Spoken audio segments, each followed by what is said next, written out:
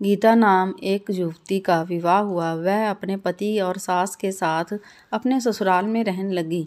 कुछ दिनों बाद गीता को आभास होने लगा कि उसकी सास के साथ पटरी नहीं बैठ रही है। सास पुराने ख्यालों की थी और बहू और नए विचारों वाली। गीता और उसकी सास का आए दिन झगड़ा होने लगा। बीते महीने बीते, साल भी बीत गया। ना तो सास टीका टिप्पणी करना छोड़ती, ना ही गीता जवाब देना छोड़ती। ये हालात बद से बदतर होने लगे। गीता को अब अपनी सास के पूरी तरह से नफरत हो गई। गीता के लिए उस समय स्थिति और बुरी हो गई जब उसे भारतीय परंपराओं के अनुसार दूसरों के सामने सास को सम्मान देना पड़ता। अब वह किसी भी तरह सास से छुटकारा पाने की सोचने लगी। एक दिन जब गीता अपनी सास से झगड़ा हो गया और पति भी अपनी माँ का पक्ष लेने लगा तो नाराज होकर मायके चली गई। गीता के पिता आयुर्वेद के डॉक्टर थे। उसने रो रो कर अपनी व्यथा पिता को सुनाई और बोली, आप मुझे कोई जहरीली दवा दे दीजिए, मैं जाकर उस बुढ़िया को पिला दूं, नहीं तो मैं अब ससुराल नहीं जाऊंगी। बेटी का दुख समझते हुए पिता ने गीता के सिर पर प्यार से हाथ फेरते हुए बेटी से कहा, अगर तुम अपनी सास को जहर खिलाकर मार दोगी तुम्हें पुलिस पकड़ कर ले जाएगी और साथ ही मुझे भी, क्योंकि वह जहर मैंने तुम्हें दूंगा, इसलिए ऐसा करने ठीक नहीं होगा। लेकिन गीता जिद पर अड़ गई, आपको मुझे जहर देना ही होगा। अब मैं किसी भी कीमत पर उसका मुंह देखना नहीं चाहती। कुछ सोचकर पिता बोले, ठीक है, जैसी तुम्हारी मर्जी, लेकिन मैं तुम्हें जेल जाते हुए भी नहीं देख सकता, इसलिए जैसे मैं कहूँ वैसे तुम्हें करना होगा। मंजूर हो तो बोलो, क्या करना होगा? गीता ने पूछा। पिता ने एक पुड़िया में जहर का पाउडर बांधकर गीता के हाथ में देते हुए कहा, तुम इस पुड़िया में से सिर्फ एक चुटकी जहर रोज अपनी सास के भोजन में मिलाना है। कम मात्रा होने की वजह से एकदम से नहीं मरेगी, बल्कि धीरे धीरे आंतरिक रूप से कमज़ोर होकर 5-6 महीने में मर जाएगी। लोग समझेंगे कि वह स्वाभाविक मौत मर गई। पिता ने आगे कहा, लेकिन तुम्हें बेहद सावधान रहना होगा ताकि तुम्हारा पति को बिल्कुल भी शक ना हो, वरना हम दोनों को जेल जाना पड़ेगा। इसके लिए तुम आज के बाद अपनी सास को बिल्कुल भी झगड़ा नहीं करोगी, बल्कि उसकी सेवा करोगी।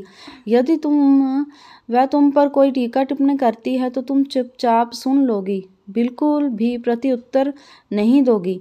बोलो, कर पाओगी ये सब? गीता ने सोचा, 6 महीने की तो बात है, फिर तो छुटकारा मिल ही जाएगा।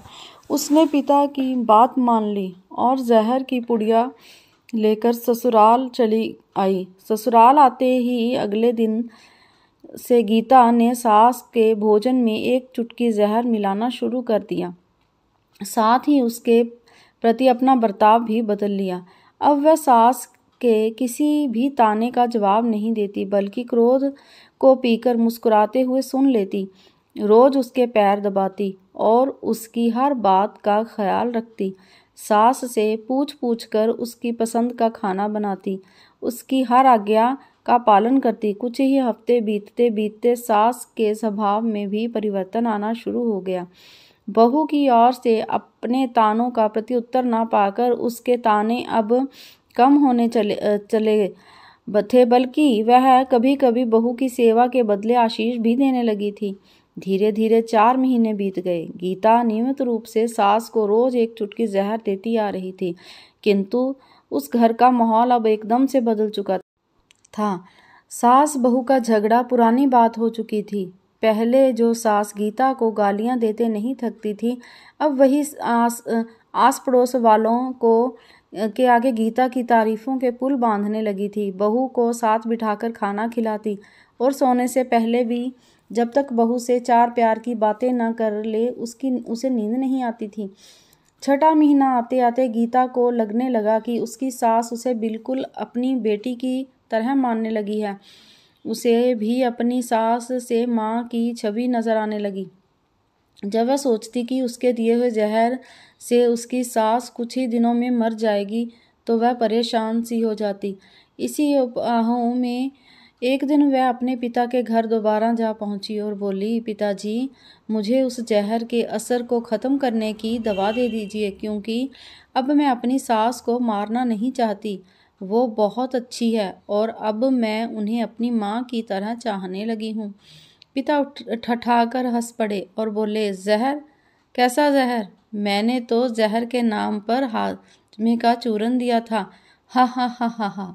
बेटी को सही रास्ता दिखाएं, माँ बाप का पूर्ण फर्ज अदा करें। आपको हमारी ये कहानी कैसी लगी?